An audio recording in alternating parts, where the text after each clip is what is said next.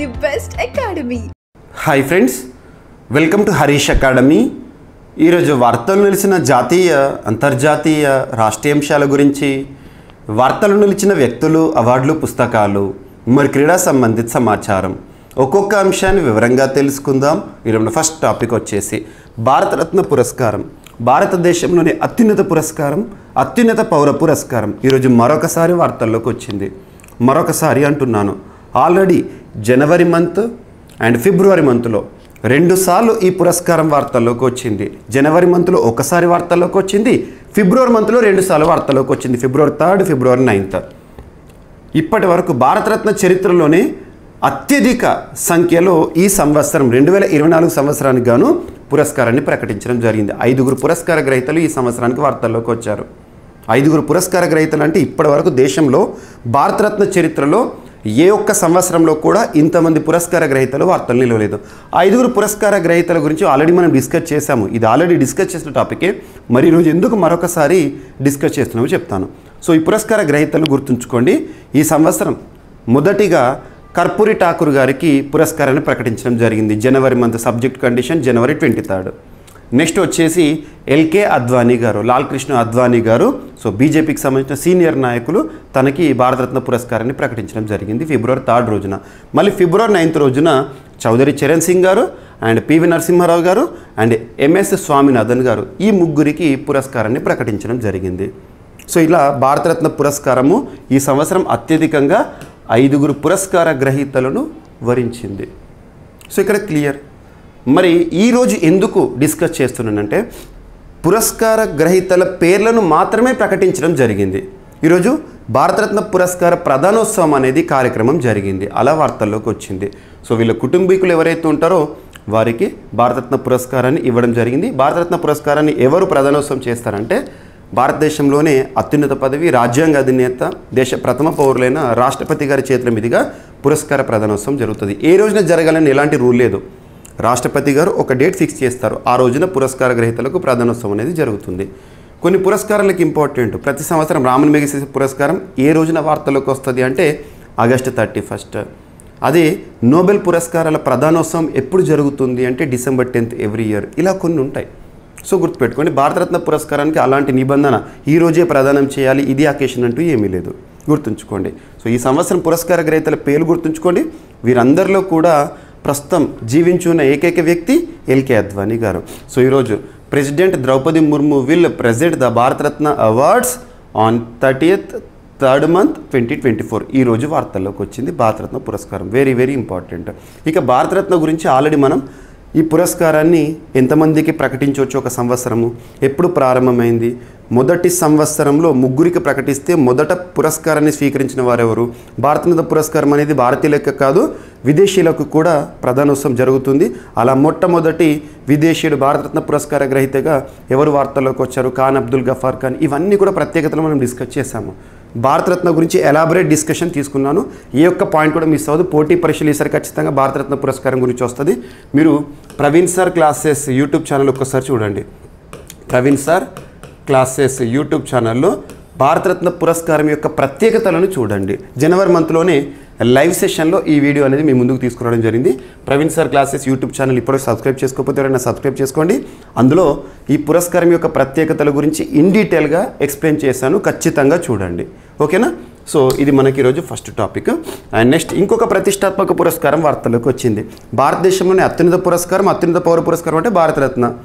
అలా ఒక్కొక్క రంగంలో ఒక్కొక్క పురస్కారం ఉంటుంది. ప్రపంచవ్యాప్తంగా తీసుకుంటే విశిష్ట పురస్కారం లేదా అత్యున్నత పురస్కారంగా ఏది భావిస్తాం మనం అంటే నోబెల్ పురస్కారం, Nobel awards, Nobel prize every year కూడా మనం చూస్తూ ఉంటాం. 6 రంగాలు ప్రదానం చేస్తారు. అలా నోబెల్ పురస్కారంతో చాలా పురస్కారాలను కంపేర్ చేస్తూ ఉంటారు. ఆసియా నోబెల్గా రామన్ మెగసెసేని అండ్ నిర్మాణ రంగం ఆర్కిటెక్చర్ ఫీల్డ్లో నోబెల్ పురస్కారంగా ప్రిట్జ్కర్ పురస్కారాన్ని ఇటీవల మనం డిస్కస్ చేసాం. లాస్ట్ 1 వీక్ బ్యాక్ 2024 ప్రిట్జ్కర్ పురస్కార గ్రహీతగా జపాన్ ఆర్కిటెక్ట్ వార్తల్లోకి వచ్చారని.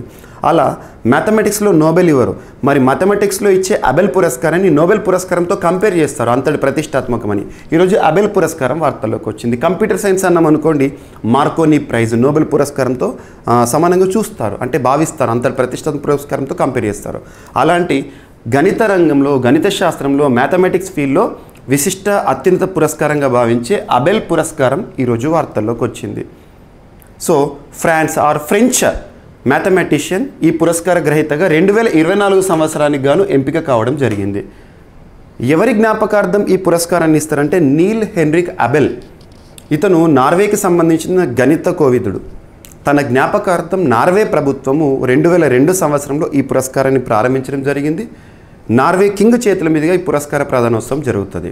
అలా ఎవ్రీ ఇయర్ కూడా గణిత శాస్త్రంలో విశేష కృషి చేసే వ్యక్తులకు ఒకరికి లేదా ఇద్దరికి పురస్కారాన్ని ప్రకటించడం జరుగుతుంది. ఈ సంవత్సరం ఫ్రాన్స్కి సంబంధించి పురస్కార గ్రహీత వార్తల్లోకి వచ్చారు మిచెల్ తాలాగ్రాండ్. సో మిచెల్ తాలాగ్రాండ్ ఈ సంవత్సరం గాను గణిత శాస్త్ర నోబెల్ పురస్కారంగా భావించే అబెల్ పురస్కార గ్రహీతగా వార్తల్లోకి వచ్చారు. Norwegian academy of science and letters 2024 Abel బహుమతిని national centre for scientific research నార్వేకి సంబంధించిన సంస్థకి సంబంధించిన ఒక మ్యాథమెటిషియన్ తాలాగ్రాండ్కి పురస్కారం అనేది వరించడం జరిగింది. సో తను చేసిన పరిశోధన మ్యాథమెటిక్స్లో సంభావ్యత సిద్ధాంతం, క్రియాత్మక విశ్లేషణ. సో నార్వేజియన్ ప్రభుత్వం 2002 సంవత్సరంలో ఈ పురస్కారాన్ని ప్రారంభించింది.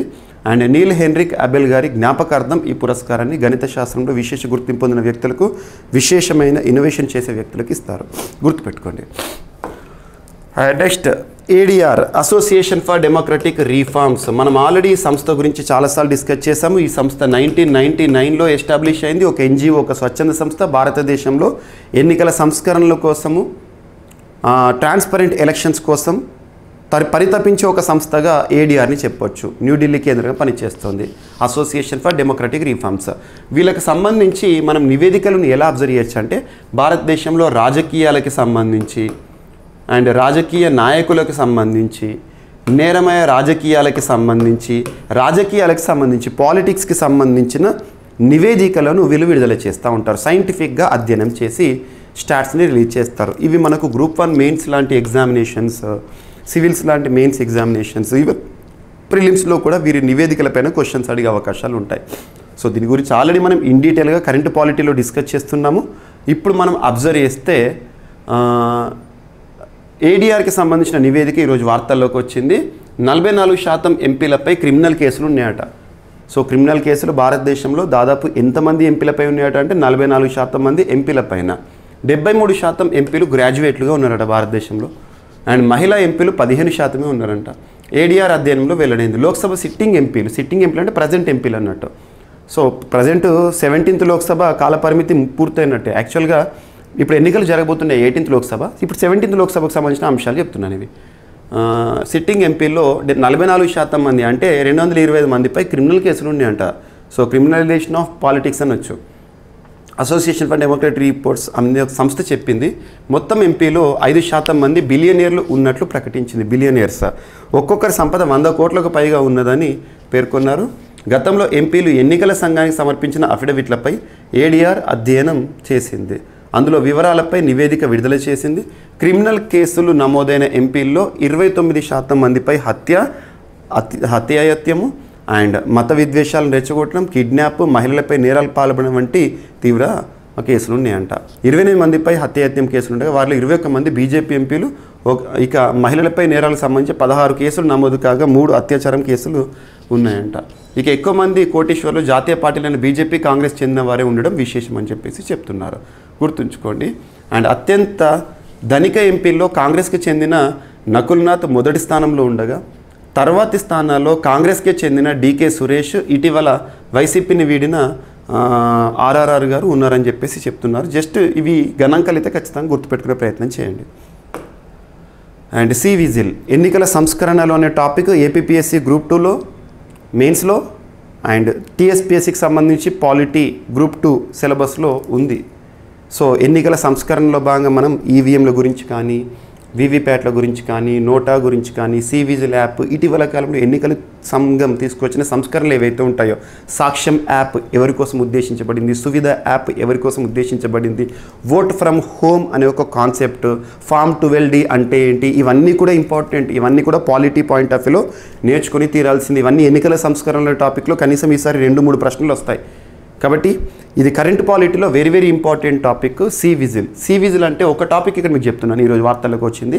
మిగతా ఓట్ ఫ్రమ్ హోమ్ కానీ, లేదా రిమోట్ ఓటింగ్ ఫర్ మైగ్రెంట్స్ అని, సాక్ష్యం app and Matdata junction radio series ఎవరు ప్రారంభించారు, అండ్ ఈ సంవత్సరం నేషనల్ ఓటర్స్ డే థీమ్ ఏంటి, అండ్ రీసెంట్గా వార్తల్లోకి వచ్చిన vote from home concept, form to weld, ఇవన్నీ కూడా చూడండి, ఎగ్జామినేషన్లో అడుగుతారు.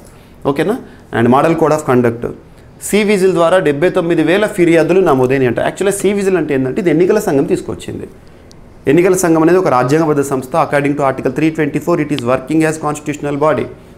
రాజ్యాంగబద్ధ సంస్థగా పనిచేస్తుంది. ఎన్నికల సంఘం గురించి, ఎన్నికల గురించి భారతదేశంలోని అత్యున్నత చట్టమైన రాజ్యాంగంలో 15వ భాగంలో పేర్కొనడం జరిగింది.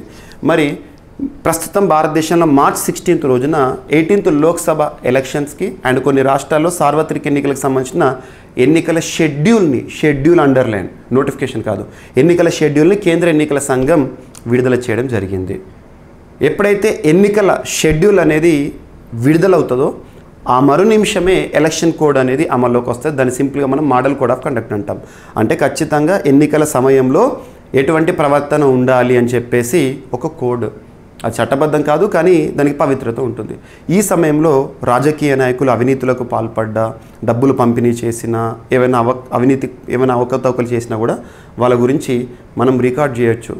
రికార్డ్ చేసి మనం ఎన్నికల సంఘానికి పంపించవచ్చు. అంటే ఇది ఒక విజిలెంట్ యాప్ అన్నట్టు. సో ఒక బాధ్యతాయుత పౌరుడిగా ఎన్నికల్లో అక్రమాలను అడ్డుకోవడానికి నా వంతు ప్రయత్నంగా నన్ను బాధ్యుని చేయడానికి కేంద్ర ఎన్నికల సంఘము తీసుకొచ్చింది అన్నట్టు. ప్రతి పౌరుడు కూడా సి విజిల్ యాప్ని ఇన్స్టాల్ చేసుకోండి. ఎన్నికలకు సంబంధించి మీకు ఎలాంటి అవకతవకలు కనబడ్డా ఫోటోలు, వీడియోల రూపంలో ఎన్నికల సంఘానికి నేరుగా ఆన్లైన్లో మీరు సబ్మిట్ చేస్తే సరిపోతుంది, ఆ వీడియో ఎవిడెన్స్ పెట్టేసి. సో అలా ఇప్పుడు ఈ సంవత్సరం ఈ ఎలక్షన్ టైంలో ఎన్నికల కోడ్ సమయంలో సివిల్ ద్వారా 79,000 ఫిర్యాదులు, కేసులు నమోదైనాయంట.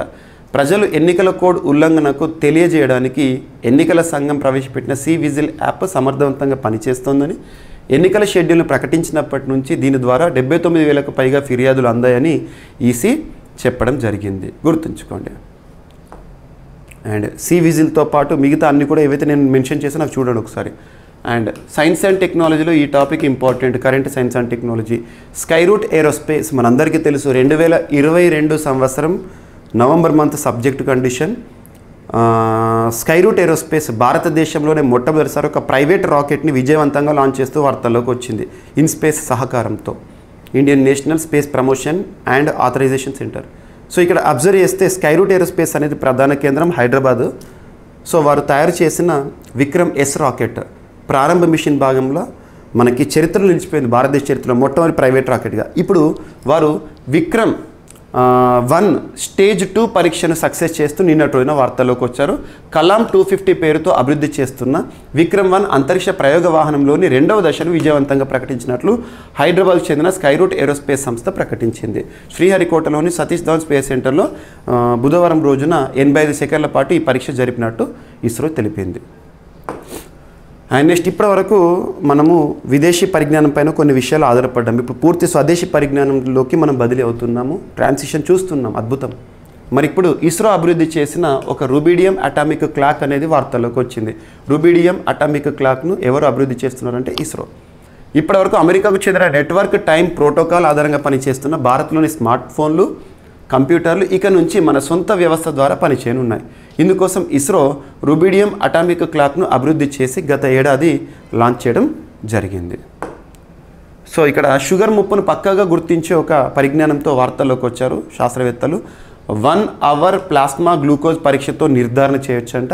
ఈ పరీక్షకు అంతర్జాతీయ డయాబెటీస్ ఫెడరేషన్ సిఫార్సు చేసింది. చూడండి, ఇక్కడ మారిన జీవనశైలి, ఆహారపు అలవాట్ల కారణంగా ప్రపంచవ్యాప్తంగా మధుమేహ బాధితుల సంఖ్య విపరీతంగా పెరుగుతోంది. ఒక అధ్యయనం ప్రకారం మన దేశ జనాభాలో 11.4% అంటే 10.1 కోట్ల మంది మధుమేహ బాధితులు ఉన్నారు. దేశ జనాభాలో 17.3% అంటే 13.6 కోట్ల మంది ప్రీ డయాబెటిక్ దశలో ఉన్నారు. ప్రీ డయాబెటిక్ దశలో ఉన్న వారికి మధుమేహం ముప్పు ఎక్కువగా ఉంటుంది.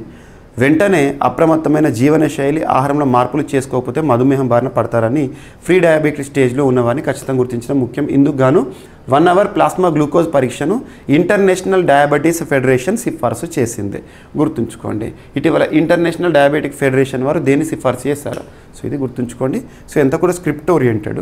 సో మీరు చూడండి, ఇటువంటి అన్నీ కూడా మీకు నేను రెగ్యులర్గా అప్డేట్ చేస్తూనే ఉన్నాను. సో ఇందులో ఏవైతే మీకు ఇక్కడ కనిపెడుతుందో చూడండి, లేదంటే నా పర్సనల్ వాట్సాప్ ఛానల్లో కూడా వీటిని పోస్ట్ చేస్తున్నాను, ఒకసారి డౌన్లోడ్ చేసుకొని చూడండి. అండ్ మన స్టాక్ మార్కెట్లోకి విదేశీ పెట్టుబడులు గత ఆర్థిక సంవత్సరం, అంటే ఇప్పుడు ఈ ఆర్థిక సంవత్సరం ఎట్లాగో మనం రేపటితో ఆర్థిక సంవత్సరం ముగుస్తుంది కదా, సో 2023-24 ఆర్థిక సంవత్సరంలో దాదాపు 2 లక్షల కోట్ల విదేశీ పెట్టుబడులను మన స్టాక్ మార్కెట్లోకి వచ్చినాయంట. సో 2023-24లో ఇదంతా మొత్తము దేశ ఆర్థిక ప్రగతిపై ఆశా దృక్పథం వల్ల ఇదంతా పాసిబుల్ అవుతుందంట. భారత స్టాక్ మార్కెట్లపై విదేశీ మదుపర్లు మక్కువ చూపుతూ భారీగా పెట్టుబడులు పెడుతున్నారు. దాదాపు 2023-24 ఆర్థిక సంవత్సరంలో మన మార్కెట్లలో 2 లక్షల కోట్లకు పైగా పెట్టుబడులు పెట్టడమే ఇందుకు నిదర్శనం అని చెప్పేసి ఇటీవల గణాంకాలు చెప్తున్నాయి. స్టాక్ మార్కెట్ సంబంధించి భారతదేశంలో regulatory body SEBI, securities exchange board of India. And next వార్తల్లో వ్యక్తులను కనుక పరిశీలిస్తే నేషనల్ ఇన్వెస్టిగేటింగ్ ఏజెన్సీ, జాతీయ దర్యాప్తు సంస్థ అంటాము. ఆ సంస్థకి నూతన చీఫ్గా ఇటీవల వార్తల్లోకి వచ్చిన పర్సన్ పేరు ఏంటంటే సదానంద్ వసంత్ దాతే. సదానంద్ వసంత్ అని గుర్తుంచుకోండి. సదానంద్ వసంత్ ఇటీవల భారతదేశంలో ఒక దర్యాప్తు సంస్థ, జాతీయ దర్యాప్తు సంస్థకి నూతన చీఫ్గా నియమితులవుతూ వార్తల్లోకి వచ్చారు, హెడ్ సీనియర్ ఐపీఎస్ అధికారి. అండ్ నెక్స్ట్ క్రీడలకు సంబంధించి ఒక పర్సన్ వార్తల్లోకి వచ్చారు. అంతర్జాతీయ హాకీ సమాఖ్య నూతన FIH అథ్లెట్ల కమిటీ సహాధ్యక్షుడిగా భారత hockey veteran goal keeper Sreejesh గారు నియమితులయ్యారు, గుర్తుంచుకోండి. సో ఇదొకటి మనకి ఇంపార్టెంట్. అండ్ చిలీ మహిళల హాకీ జట్టు క్రీడాకారిణి కమిలా కూడా సహా అధ్యక్షురాలిగా ఎంపికయ్యారు. సో మన భారతీయుడి పేరు గుర్తుంచుకోండి, శ్రీజేష్ గోల్ కీపర్. సో హాకీకి సంబంధించి అంతర్జాతీయ హాకీ సమాఖ్య నూతన FIH అథ్లెట్ల కమిటీ సహా అధ్యక్షుడిగా ఎన్నికవుతూ వార్తల్లోకి వచ్చారు. సో ఇవి ఫ్రెండ్స్ ఈరోజు వార్తలు ఇచ్చిన అంశాలు. ఒకసారి ర్యాపిడ్గా చూస్తే భారతరత్న పురస్కారం వార్తల్లోకి వచ్చింది. మరొకసారి ఈరోజు పురస్కార ప్రదానోత్సవం. అండ్ అబెల్ ప్రైజ్ పురస్కార గ్రహీతగా ఈ సంవత్సరం ఫ్రెంచ్ మ్యాథమెటిషియన్ అండ్ ADR నివేదిక బహిర్గతం చేసిన అంశాలు. అండ్ సి విజిల్ యాప్ యొక్క ప్రత్యేకత, ఈ నంబర్స్ గుర్తుంచుకోవాల్సిన అవసరం లేదు, సి విజిల్ యొక్క ప్రత్యేకత గుర్తుంచుకోండి. అండ్ నెక్స్ట్ విక్రమ్ 1 స్టేజ్ 2 పరీక్ష సక్సెస్ అనే అంశము. అండ్ మన టైం ఇక రుబిడియం అటామిక్ క్లాక్ను అభివృద్ధి చేసిందంట ఇస్రో. అండ్ నెక్స్ట్ షుగర్ ముప్పును పక్కాగా గుర్తించవచ్చు అని చెప్పేసి 1 అవర్ ప్లాస్మా గ్లూకోజ్ పరీక్ష నిర్ధారణ అద్భుతం అని చెప్పేసి అంతర్జాతీయ డయాబెటీస్ ఫెడరేషన్ సిఫార్సు చేసింది. అండ్ మన స్టాక్ మార్కెట్లలోకి ఈ ఆర్థిక సంవత్సరం దాదాపు 2 లక్షల కోట్ల రూపాయలు పెట్టుబడులుగా వచ్చినాయంట. అండ్ సదానంద్ వసంత్ గారు NIA నూతన చీఫ్గా వార్తల్లోకి వచ్చారు. అండ్ అథ్లెట్ల హాకీ సమాఖ్య నూతన FIH సహాధ్యక్షుడు వార్తల్లోకి వచ్చారు. సో ఇవి ఫ్రెండ్స్ ఈరోజు వార్తలు నిలిచిన అంశాలు. మిస్లేనియస్ అంశాలను మిగిలిపోతే రేపటి క్లాస్లో జోడించి మరొకసారి నేర్చుకుందాం. రేపు కలుద్దాం. Thank you.